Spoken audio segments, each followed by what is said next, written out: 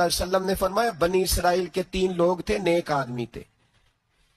سفر پہ جا رہے تھے تو بارش تیز آ گئی، صحیح بخاری کی حدیث ہے، تیز بارش آئی، ایک غار میں پناہ لی بارش سے بچنے کے لیے، اچانک طوفان آیا تو ایک پتھر لڑک کر غار کے منہ کے آگے گر گیا، اندھیرا چھا گیا، اندر اندھیرا، طوفان ہے، پریشانی ہے۔ میرے حبیب پاک علیہ السلام فرماتے جب اندھیرا دم گھٹنے لگا، اندھیرا ہونے لگا، پریشان ہونے لگے، ایک بولا، کہنے لگا اگر زندگی میں کوئی نیک کام کیا ہے تو اس کو یاد کر کے دعا مانگو، اللہ کرے ہم سے کوئی نیک کام ہو جائے۔ جو ہوتے ہیں اس میں بھی ریاکاری ہوتی ہے، اس میں بھی ملاوٹ ہوتی ہے، کوئی نیک کیا ہے تو دعا مانگ لو۔ ایک نے ہاتھ اٹھائے اور دعا کیسے مانگی؟ اللہ اکبر، عرض کرنے لگا اے اللہ تو جانتا ہے میں نے بکریاں رکھی ہیں، میں دودھ دھو کے بیچتا ہوں، میرے بیٹے بھی ہیں، بیٹیاں بھی ہیں، اولاد بھی ہے، اور میرے پاس لوگ دودھ خریدنے بھی آیا کرتے تھے، پر اللہ میرے بوڑھے ماں باپ ہیں، میں نے اپنی زندگی کا طریقہ بنایا ہے جب تک ابا جی دودھ نہیں پیئیں گے کسی کو نہیں ملے گا، جب تک میری بوڑھی ماں کے لبوں سے دودھ نہیں لگے گا کسی کو نہیں ملے گا۔ اے اللہ وہ رات بھی تو جانتا ہوگا جب میں دیر سے آیا، دودھ دھویا تو ماں باپ سو چکے تھے، عرش کے مالک تو بھولا نہیں کرتا، تو بھولنے سے پاک ہے، میرے رب میں دودھ کا پیالہ لے کے ساری رات کھڑا رہا ماں باپ کے سرانے، نہ میں نے دودھ بیچا نہ میں نے بچوں کو دیا، آدھی رات کے بعد ان کی آنکھ کھلی، انہوں نے دودھ پیا، اے اللہ میری اماں بھی مجھ سے بڑی راضی ہوئی، میرا باپ بھی بڑا راضی ہوا، مالک اگر وہ عمل واقعی تجھے قبول ہے تو اس مصیبت سے نجات دے دے۔ میرے نبی پاک علیہ السلام فرماتے اس نے یہ وسیلہ دے کے دعا مانگی تو اللہ نے پتھر سرکا دیا، پہلے روشنی نہیں آ رہی تھی اب روشنی آنی شروع ہو گئی، پتہ چلا جو زندگی میں روشنی چاہتا ہے وہ ماں باپ کی نوکری کرے، جو زندگی میں روشنی چاہتا ہے وہ ماں باپ کی بلے شاہ تو آسمانی اڈدیاں پھڑنا ہے، اور جڑا گھر بیٹھا انہوں پھڑیا ہی نہیں، ان کی نوکری کرو روشنی ملے گی۔ دوسرا بولا، اس نے کہا اے اللہ تجھے پتہ ہے میں نے کئی لوگ مزدوری پہ رکھے ہوئے ہیں، ایک شخص مزدوری کرتا تھا تو کچھ کلو کچھ سیر چاول، کچھ چاول اس کی مزدوری بنے، مثال دے کے سمجھاتا ہوں، 10,000 کے چاول اس کی مزدوری بن گئے، میں نے اس کو کہا مزدوری لے لے تو وہ ناراض ہو کے چلا گیا ناراض ہو کے، لیکن اے اللہ میں نے اس کا مال کھایا نہیں، میں نے مزدور کا حق رکھا نہیں، اے اللہ میں نے 10,000 علیحدہ کر دیا، وہ چاولوں کی قیمت میں نے علیحدہ کر دی، جب میں کاروبار کرتا تو میں نے اس کا پیسہ انویسٹ کر لیا، پھر اس پیسے سے میں کماتا رہا، ایک وقت آیا کہ زمانے بیت گئے، وہ 10,000 10 لاکھ یا یوں سمجھ لے 10 کروڑ ہو گیا، کئی گائیں، کئی اونٹ، کئی پلاٹ آ گئے، اے اللہ کئی زمانے کے بعد وہ مزدور لوٹا اور کہنے لگا صاحب میں غریب ہو گیا ہوں، تنگ دستی آ گئی ہے، بوڑھا ہو گیا ہوں، وہ میرے پیسے تو دے دیں، تو اے اللہ میں بے ایمان نہیں ہوا، ایک رتی برابر بھی میرے دل میں میل نہیں آئی، میں نے کہا یہ اتنی درجن گائیں تیری، یہ اونٹ تیرے، یہ پلاٹ تیرے، وہ کہنے لگا تو مجھ سے مذاق کرتا ہے، میرے تو تھوڑے سے چاول تھے، یوں سمجھ لے 10,000 کا اور اتنا کچھ، میں نے کہا وہ تیرے پیسے تو ناراض ہو کے چلا گیا، میں نے ڈھونڈا تو ملا نہیں، وہ تیرے پیسے میں نے انویسٹ کیے تو آج یہ سارا سرمایہ اسی کا ہے، اے اللہ وہ بوڑھا مزدور جب اتنی گائیں ملی، اتنے اونٹ ملے، اتنے اسے پلاٹ ملے تو وہ روتا دعائیں دیتا گیا، اے اللہ اگر تجھے میرا وہ عمل قابل قبول ہے تو اس مصیبت سے نجات عطا فرما۔ میرے نبی پاک سید عالم صلی اللہ علیہ وسلم فرماتے پتھر تھوڑا اور ہٹ گیا، اب تیسرا بولا عمل کا وسیلہ دے کے، او بھائی کوئی عمل بچا کے رکھ، کچھ کر لے، کچھ زندگی میں اکٹھا کر لے،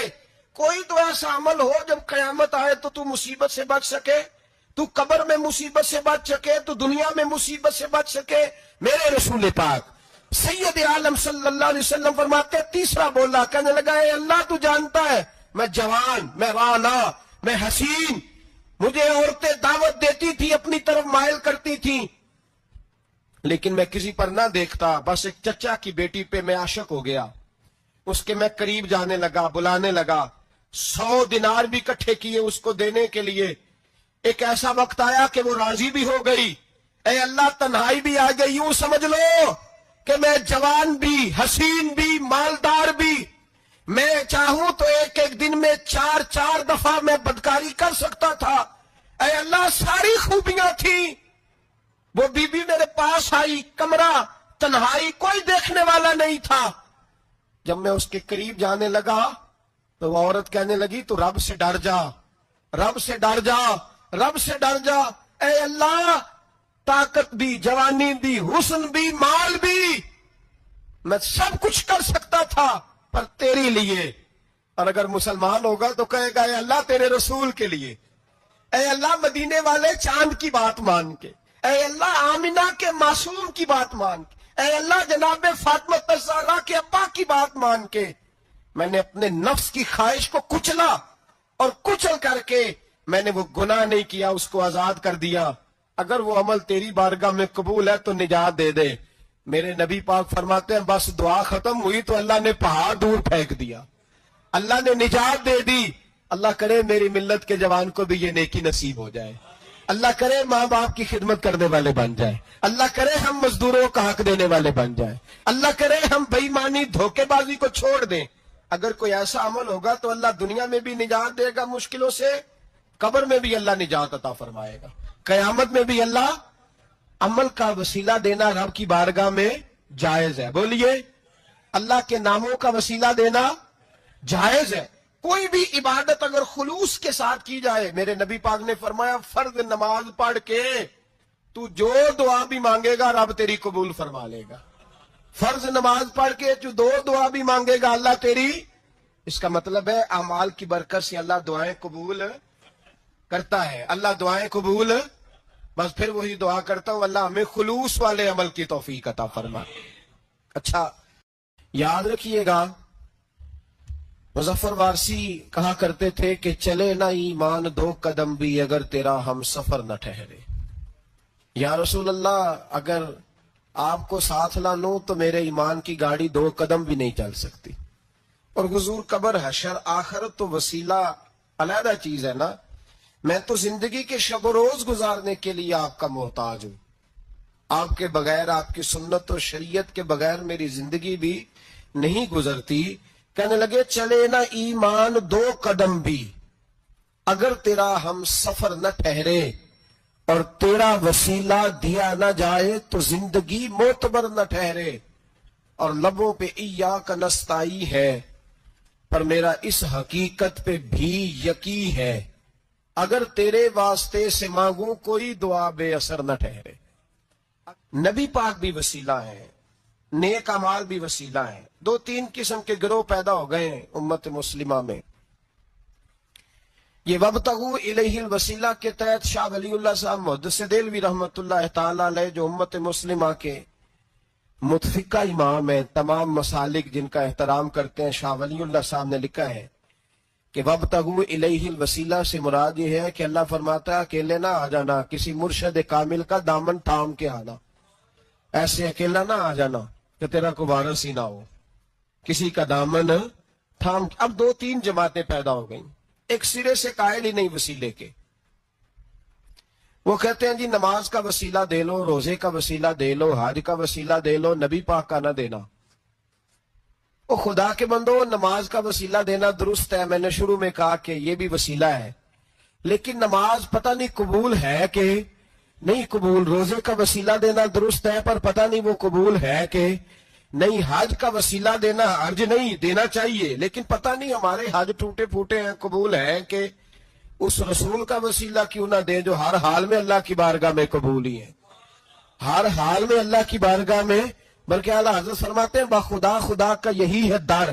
نہیں اور کوئی مفر مکر، جو وہاں سے ہو یہیں آ کے ہو، جو یہاں نہیں تو وہاں نہیں۔ تو یاد رکھیے گا نبی پاک کا وسیلہ سب سے معتبر وسیلہ ہے۔ اب لوگ اس جھگڑے میں پڑ گئے ہیں اور جتنی جتنی تعلیم عام ہوتی جاتی ہے لوگ دروازہ رسول سے دور ہوتے چلے جا رہے ہیں، بجائے اس کے کہ محبت رسول بڑھتی، نبی پاک کا قرب بڑھتا اور ہم بھی بادشاہ لوگ ہیں،